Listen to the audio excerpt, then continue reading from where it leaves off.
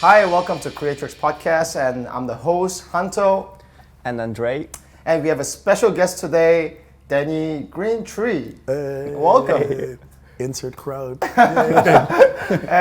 He used to be a part of the Dirtcaps as a DJ, like a duo DJ, and touring 10 years, right? Yes. For the whole world. Yes, almost. Yeah. Well, to be honest, I haven't been to New Caledonia or to weird countries, but yeah. Oh, okay. But still, yeah. And Danny, before we start, we asked you specifically to pick a drink. And can you please tell us more why you picked a specific type of juice, and also why did you tell us we should not bring apple juice? Is there something with apples? Yeah. It was like a kind of a Me Too story with an apple tree. The funny, like for me, juice is a perfect start for the morning because that's what you guys ask me. I'm a little bit like if I drink too much coffee, I'll be like Daffy Duck, the Looney Tunes dog, go all around. So I always start with a juice, and apple is an allergy that I have. The skin of apple I'm allergic to. Oh, so, right. It's a bit of a crazy allergy, but if you Google it, then you'll notice that I'm not a freak, and it's quite common. Yeah. But, Oh, okay. I did not know it's common, but yeah. Well, it's not common. I think I'm still a freak, but it's not as freaky as you would. Okay. We see. Yeah. Right. So today we wanted to talk a bit about your life as an artist, and can you tell us a bit more about your most recent part of your career, your independent career as an artist under the name Greentree, which by the way is a really funny and unique name. Thank you very much.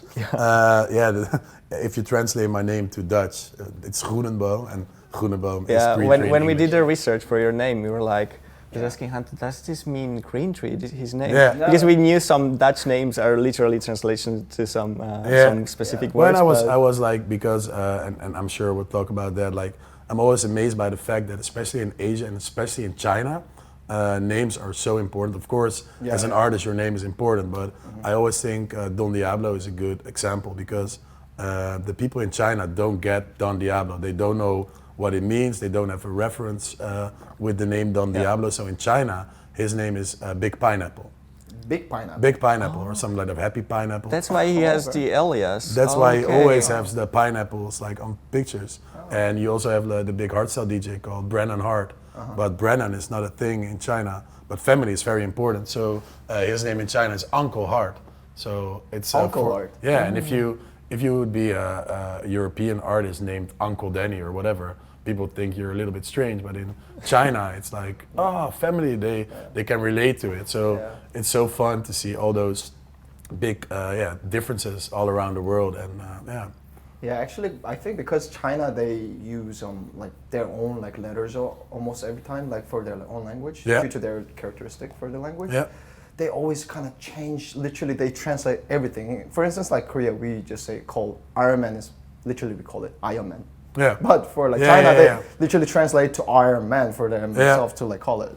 So for me, like to answer your question, like when I was thinking of a name, I wanted to be, because I was part of a duo before, and we called Dirtcaps, and for me it always felt like a little bit of acting, because you have like a mood board or whatever, and Dirtcaps was like guys looking tough, your arms crossed, and black t-shirts, black caps, whatever. And I was like, okay, so that role I played for 10 years, now I just want to be me. So what's more me than Greentree, because Groenenboom is not internationally good name. And I also thought like in Asia people could really like live with it, like know what it means, and Also, it kind of follows the trend of eco-friendly. Sustainable. Sustainable, Yeah, I was talking like, because one of I release on Barong Family sometimes, and the guys from Yellow Claw told me like, wow, dude, like you should only do like sustainable stuff, like like release music on like eco-friendly.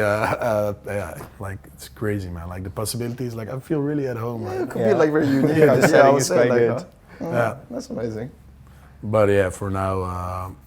There's nothing to tour, so I look back at like the things we have and pray that like one day we'll be able to travel again. But I think it's also a cool reset button, because it's weird. Like we talked about, like I used to fly for a weekend to the other side of the world. Yeah, makes you also think about like climate and they kind of say like, is it really necessary, or can we do more online thing, or like closer, localize our market, or that are things that I'm thinking about a lot right now. Yeah. Maybe now, just because you link your artist name with sustainability, and that would be a great idea. I think once events will kind of go back to normal, they will start in really spacious places, and maybe nature would be good, a good setting, and you'd kind of fit there, I think. Yeah, a friend of mine told me something really interesting. He said like, the whole thing with this situation right now, it's the same like with a economical crisis. Like after the crisis, everybody can tell you like, okay, we did that wrong, we could do that better, whatever. And right now we're still in it. It's our first time. Nobody knows it. Yeah, or you need to believe in the New World Order conspiracy stuff. But those are really funny. And there's so many of them, guys. Are you a conspiracy guy? Oh no, I'm not. No, no. Too bad. Otherwise, we could have a good debate. But do you like to watch them and like? I think for entertainment purposes, yes. Yeah, I would totally say. Yes. I mean, also there are always open possibilities. So for everything, so you never know. But you cannot really conclude everything. I totally agree, but what's your favorite conspiracy theory out there? Oh, 911? 911, yeah. No, I'm just kidding. I think for me it's moon landing. Moon landing? Yeah. For me it's the Denver airport. If you don't know it, you should totally watch it. All right, we'll dive into that like later. Denver airport, right. Can you sum it up really quick? It's the most weird airport I've ever been to in my life, but like the conspiracy theory is that like underneath the airport there's this huge military bunker, and the weird thing is that even our Dutch royal family has a house around it, and like all the world leaders are supposed to have houses around it. It's very weird. Where they make decisions for the whole world. Yeah, and if you look at from like a helicopter view, it's in the shape of a swastika. It can go on for hours about it. Oh, it's great. Like top 0.1% of the whole population controlling the rest. Yes. Yeah. Okay, today we're gonna talk about more. We're gonna focus more about the tour as an artist, right? Because you have like amazing experience of like 10 years as an artist. And first thing I would like to like ask you is like, since when did you like start to have like a big hits? You know, that's how it becomes usually. The artists like when they start to have some hits and they start to get some bookings, and they're like, oh shit, this is really happening. Okay, yeah. And for me, I think it's quite a cliche story. Like, I met Max, my old partner, and we started DJing at like school parties, sport parties, whatever, student parties.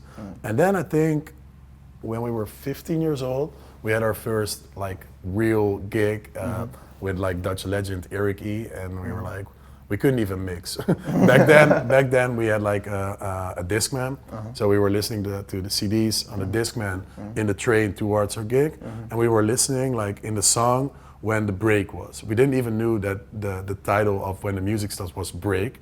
We were just listening to mixes from heroes like George Morel or whatever. Like, okay, at 3 minutes and 38 seconds, the music falls down. Okay, so then we can do the other CD. We didn't have the slightest clue what we were doing. Wow, okay. And luckily for us, that developed and we got better and better. And then I think in 2011, so yeah, almost 10 years ago, we got our first like little chart hit here in the Netherlands called Money on My Mind. And for us then, it started. And back then, a guy who was helping us like with legal stuff, he gave, how do you say it?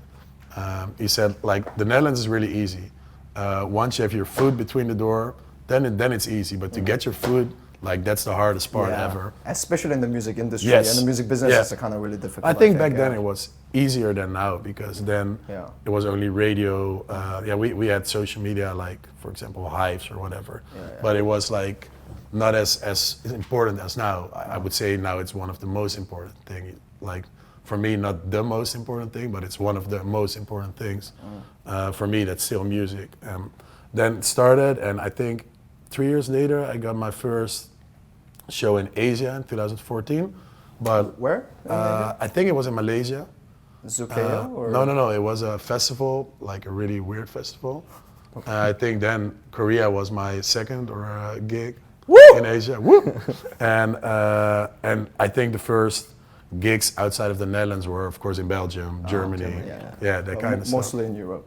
Yeah, mostly in Europe. And then 2015, like because we were part of the whole trap movement, then trap exploded all over the world. He had a few years when he was like so big. Yeah, it was and we were like not on top of the wave, but like slightly underneath it. And then we got like that was always my dream, and still is my dream, like touring America. I don't know why, but for me, it's still the promising country, even though they have a fucking idiot as a president. But that's good for my visa, by the way. But new election. But then we had our first like America gigs. We played Tomorrow World in Atlanta. We did like a 20-run shows like all over the States. So that was really dope. Playing Miami, Las Vegas on my birthday. Oh god, that was crazy. How was Las Vegas? I'm very curious. Yeah. I haven't been. You never say how it was. Sorry. Yeah, now I have a really cool anecdote about that, because it was my birthday and my agent, my American agent, he thought it was kind to give me a little upgrade in my hotel room. So we were playing a place called Dre's Beach Club, and it's always a big hip hop artist who has like a concert, and then the DJ plays before it or after it, whatever. So we were playing during the day, and I arrived in the hotel, and of course it was my first time in Vegas, so everything was like, what the fuck? Okay, it is like the movies. And then it was like, okay, Mr. Groenenboom, could you please follow me? And then I came in this. It was not even a suite. It was so big. Had a pool table, like jacuzzi, like the biggest fucking room ever. So I was like, oh wow, okay, that's an upgrade. And I was like, oh, thank you. And then Tim and Max, my Dirtcaps partners, like they were in my room for an hour, but I really need to go to the toilet. So I was like, okay, guys, thank you very much. I'll have it from here. Maybe I go to one of my 5 bathrooms now. And I was there just like installing myself. And then you know that in hotels there are always like telephones next to the toilet. Oh yeah. So the phone rang. I was like, yes, this is Mr. Groenenboom. Oh sir, there's a terrible mistake, blah, blah, blah. And I was like, what the fuck? So what happened was they did give me an upgrade, but this was the suite from Big Sean. Like the hip hop artist. So I was like one of the top hip hop artists, his suite. And I was like, okay, so is it possible that you will leave the room like in maybe 1 second or 10 seconds? It's like, yeah, I need a minute. And then I didn't flush, then I go. Disappointment. Jesus Christ. Did you get to talk to Big Sean after? No. Oh, that's too bad. No, like I've experienced some crazy things in my life. I also performed after Tony Braxton in Dubai. I think that was the most random gig in my life. But like, yeah, you always have this romantic idea that you'll see artists, but no, you don't see them. It's just like, you play after them, but stage is cleared and then you're allowed to go. Yeah. The only person you talk to is their tour manager or their roadie or whatever. Oh yeah, tops. But you were saying that you grew up having some heroes as musicians, people you were really looking up to. And did you have any cases where those people that inspired you, then you ended up to share the stage with them? And talking to them? Yeah, for me, and like I think for every kid, for not for every kid, but like of course Chesto is a hero for everybody because he's a pioneer.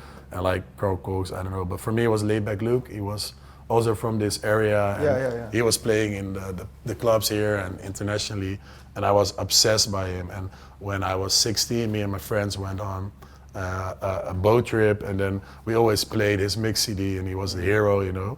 And I ended up being on his album in 2015 with a collab. So yeah, and I released on his label multiple times. So yeah, that's crazy. Like. So that's a good example, I guess. Yeah, he really seems like the artist is really supportive of the younger starting artists. He really seems like following him on his social media. I have this impression that he's really. He is. He's like I said, he's like a pioneer. He's crazy, man. Yeah. So skilled and such a humble dude. And that's always what you hear, the word humble. Like he's humble. But it's a very important trait as an artist, I think. Like. From my experience in the music industry, like, there are so many artists, but like some artists like who are very humble are kind of easy to work with, like to cope with all the time. But like some ones who have an attitude, I mean, of course, like, you know, they have their own, like, you know, they can be tired and everything. So I can understand at some point, but sometimes agree. It's kind of difficult. I agree. But like, it's the weird thing for us artists to keep in balance is like I totally agree. Like being humble, especially to the people that like work with you or for you or whatever, it's very important. But also the fans sometimes have this image of you that you're a rock star. And a rock star is not like, oh no, I don't want a vodka, I want a glass of water, please. Like it's good if you do that.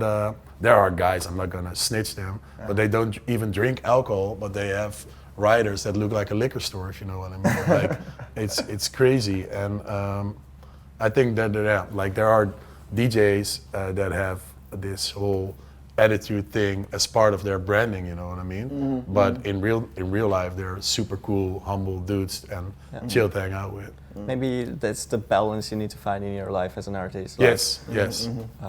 I don't know, just pretending you're this kind of artist, but then in the end, it's more sustainable to not act as you say you do. I totally agree. And it's the same with your, how do you say it, how you want to be seen, how you want to be dressed or whatever. And I think we live in an era now that sometimes it's a little bit too much for me. Like there are so many great artists, but their whole appearance on the social media is so extreme that I don't believe it. Like I don't believe you're comfortable in the clothes that you wear, in the it's like, more of a made-up product. As I mean, but that's the way it is, and that's what like kind of actually public is kind of expecting.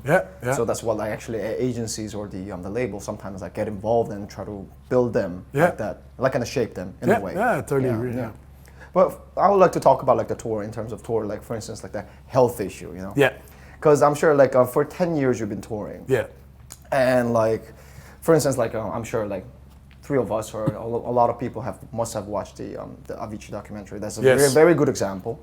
And like for a lot of like DJ, especially DJs, like electronic music scene, and DJs are exposed to nightlife and always exposed to like unlimited alcohol because of all the hospitality riders and everything.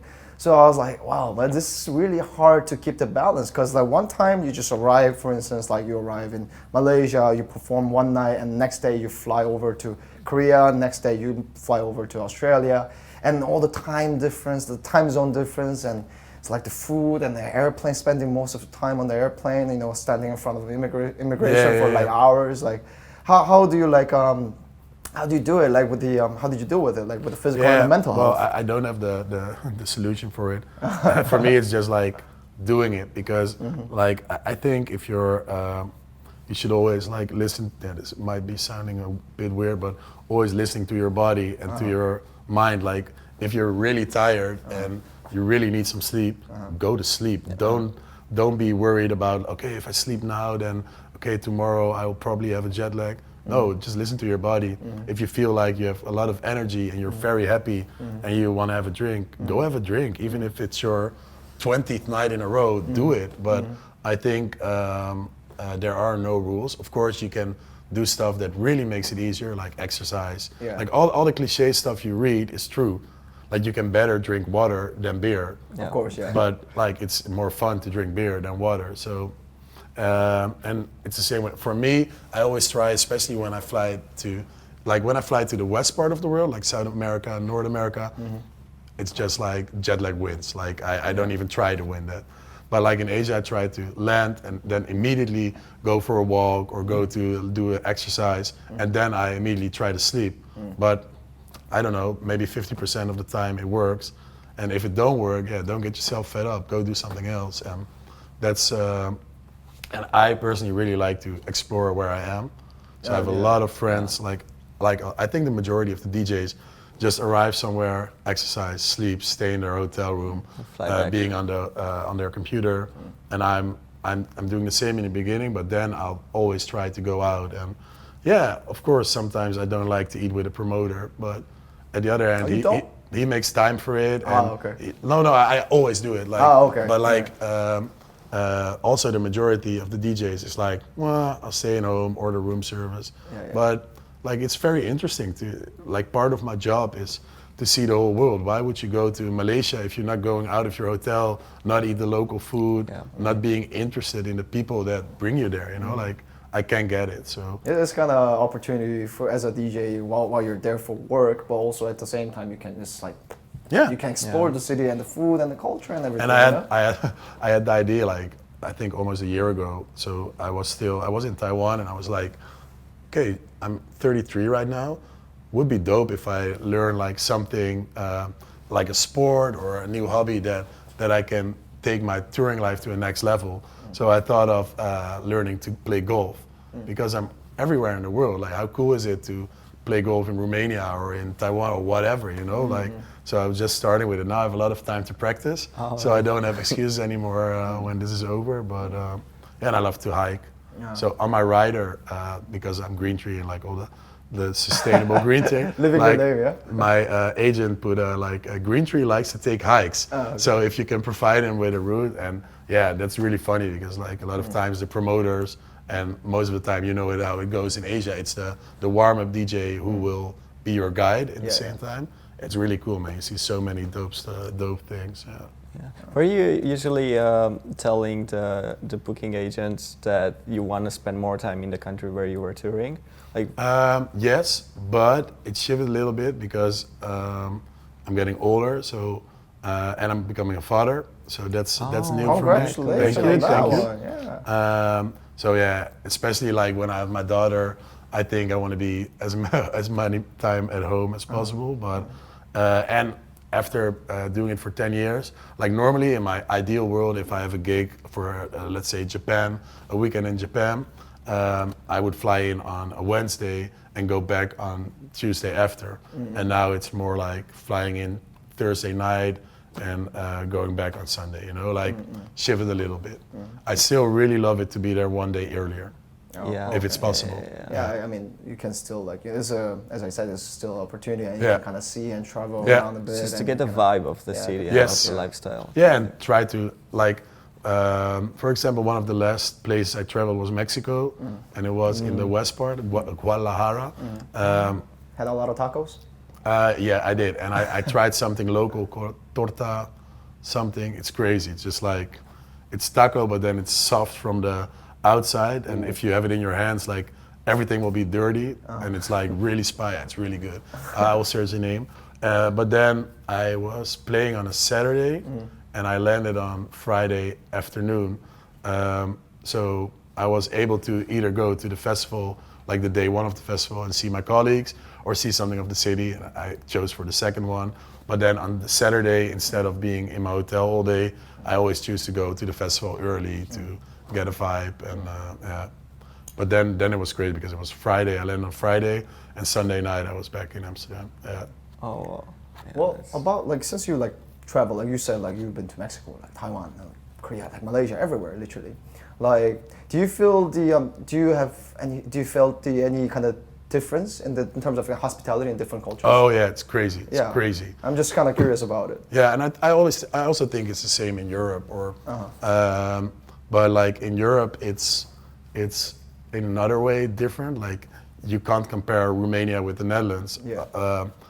Only the landscape is different. Like here in the Netherlands, we are very flat, and that's also doing something with the mentality of the whole nation, I guess. But in Asia, yeah, it's all the how do you say it? You have the political stuff. That's always a thing. Like, for example, in Thailand, like the king is so holy. He is. So different than here. You'd get to jail, I guess, if you said anything. Yeah. Wrong. So they do funeral for like whole year, I think, like 1 whole year. And now I saw the news, and like there are some protests in Thailand against the king right now. I was like, whoa. Wow. Like must be bad. They had, like, when the dog from the king died, they mourned for 2 weeks. Like, festivals were canceled because the dog of the king died. Like it's crazy, but I have so much respect for it. And if you learn to understand the country and their traditions, like and then you have Thailand, and then next to it, for example, I don't know, Singapore. Like it's crazy. It's like living in America, or it's so clean and everybody talks British. Like and in Korea, like the same. It's so clean and people talk really good English. But if you talk with them, like, hey.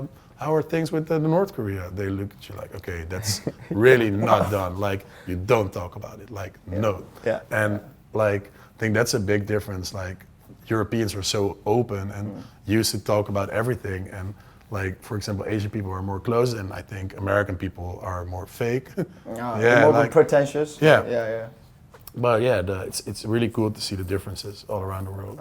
Okay. Like, because like like food and everything, the culture in general for the hospitality is different. But for my case, when I booked the one drum and bass artist, like the prototypes, to Korea for one drum and bass like club event, and his name was Nick. Like it's actually duo DJs like Dirtcaps, but he's the only one came. And I think he's the artist, like most insane artist I've ever seen, because like he arrived around like 1 p.m. and we had lunch, and he's supposed to leave after the day.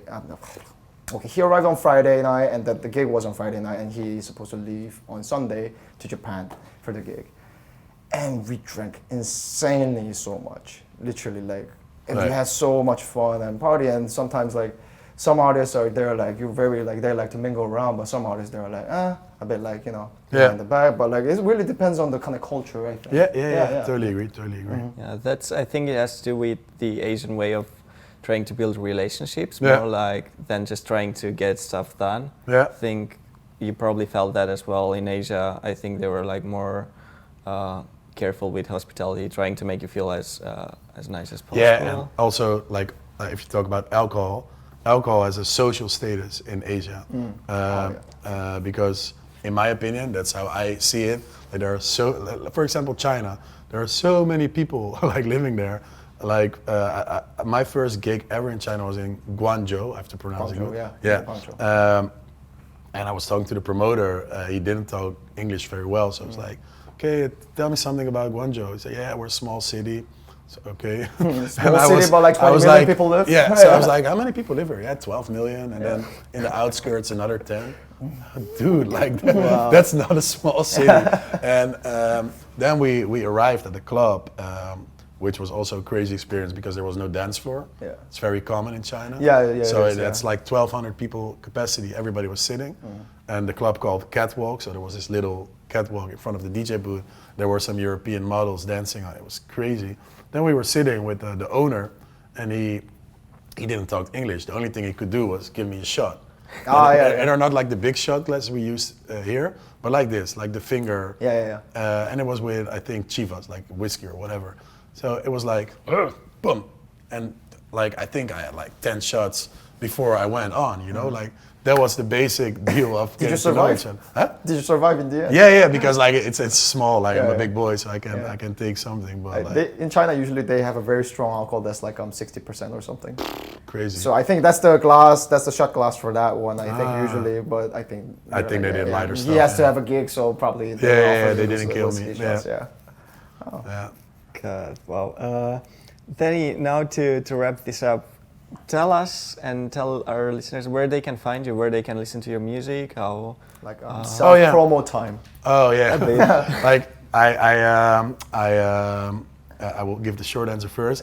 Everything is at Greentree DJ because there are a lot of like organizations with the name of Greentree. So at Greentree DJ on Spotify, it's Greentree of course, and like everybody knows it, even your mother knows it. And just Google Greentree. But like I stopped using social media for a while. It's like I do my Instagram stories, but I post like maybe one picture in 3 weeks. It's the best feeling. So my advice to everybody, if you take a step back in these times, like kind of detox a bit. With the social media. Good. Yeah, because like you're at home and like on the social media all the time.